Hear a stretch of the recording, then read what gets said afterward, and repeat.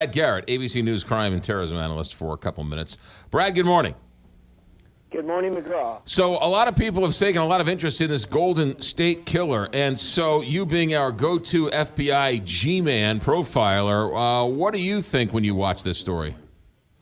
Well, he's a great example of somebody that can commit so many acts, both sexual assaults and murders and home burglaries, not get caught, apparently go dormant for whatever reason in the mid-1980s, and then 30 years later get arrested.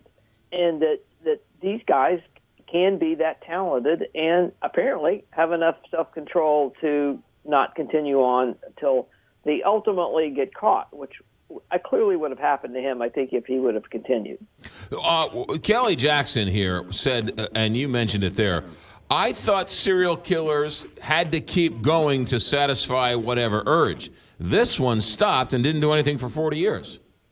Yeah, and there have been other ones. Remember the BTK killer, Dennis Rader? Right. You know, he killed a number of women and then went dormant, and then I guess decided he wasn't getting, a number of years, and then decided he wasn't getting enough attention, so he made the mistake of writing to the media, and eventually they figured out who he was. So, yes, I do think, generally speaking, that they either get caught or get killed or kill themselves at some point. But obviously, Mr. D'Angelo just decided to go dormant. What happens now, though? Do they sit and talk with him, and does he usually confess and tell all the stories, or what happens now? Well, it really just depends.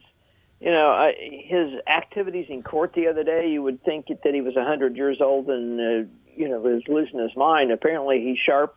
He was out riding a motorcycle the day before he was arrested.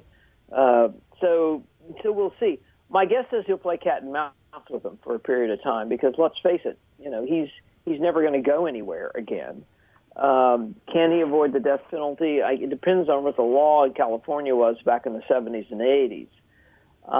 But the point being, it really just depends. Do you think? But he will play with them because that's part of his deal. Yeah. All right. Brad Garrett, ABC crime and terrorism analyst. Thanks for the insights. Have a good day.